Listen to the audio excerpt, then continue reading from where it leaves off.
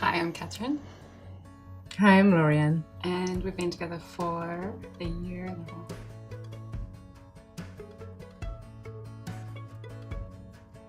We met in September of 2015. We met at work. I was working in the company and then Lorianne started.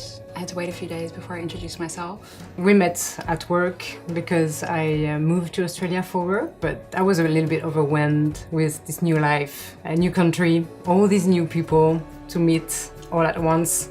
So I guess I saw Catherine among the team, but I didn't really pay attention at first. It took us, I think, a little while before We started hanging out. Yeah, it took us a while actually.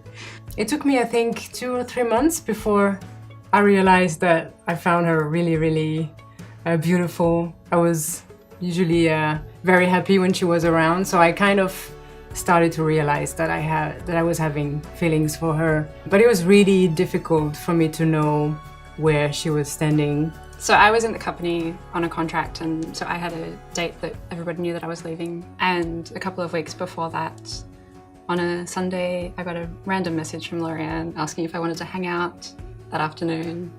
And I was like, oh, that would be nice, that'd be good. So we went to the Powerhouse Museum.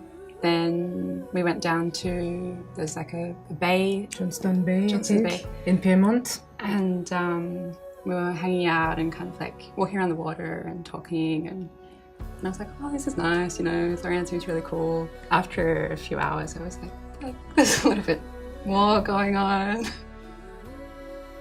Lorianne's the first woman that I have had a relationship with. There was a lot of new experiences. You know, it was really exciting and to experience this spark that we had, but it just wasn't anything that I was expecting from my life. There was just a lot of ground to navigate.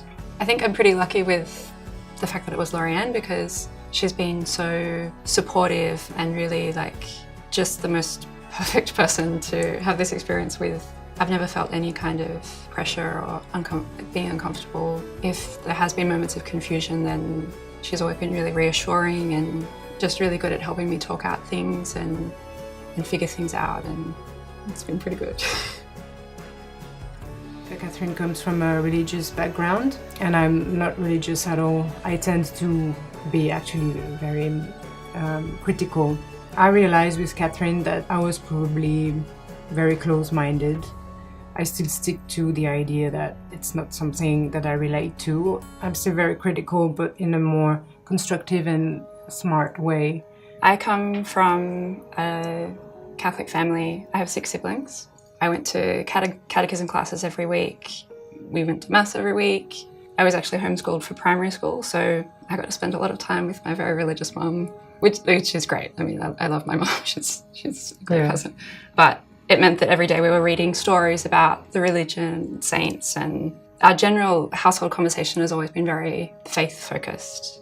All of my siblings have developed a very strong connection with the faith, and it's completely their comfort zone, and it makes sense for them.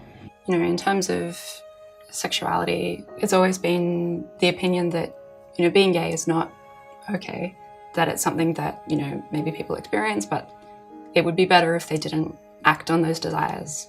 I'm still trying to figure out a way to reconcile my religion with my relationship. I think I'm still trying to like figure out who to look to for that as well. I don't know, because it seems like 2 worlds that just do not communicate.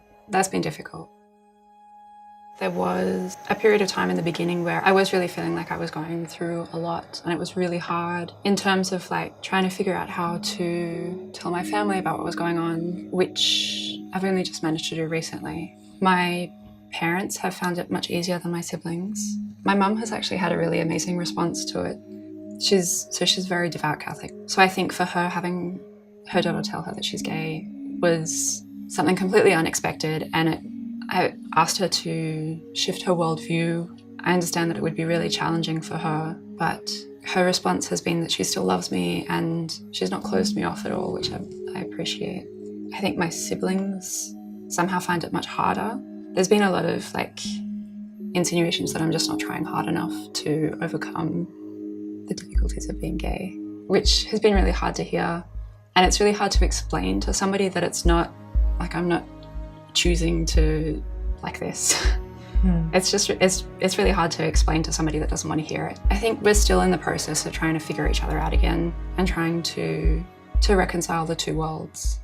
I think what's kept me going is the conviction that I really want to make this happen. I really like what I have with Lauriane, and I really have a strong feeling that all these difficulties are worth it if I get to have Lauriane in my life. I feel like in the last year and a half, there's a lot of things about myself that I have realized, and that kind of like, it puts a lot of things into perspective, and like a lot of things make sense now.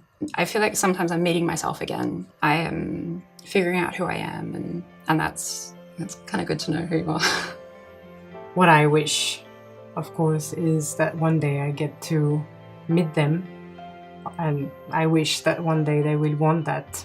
When it comes to Catherine and I, we really make it a thing that if we are moving on, we really want to be together, we want to build a life together. It's hard, but it's great. It's totally worth it. I would do it hundreds of times again.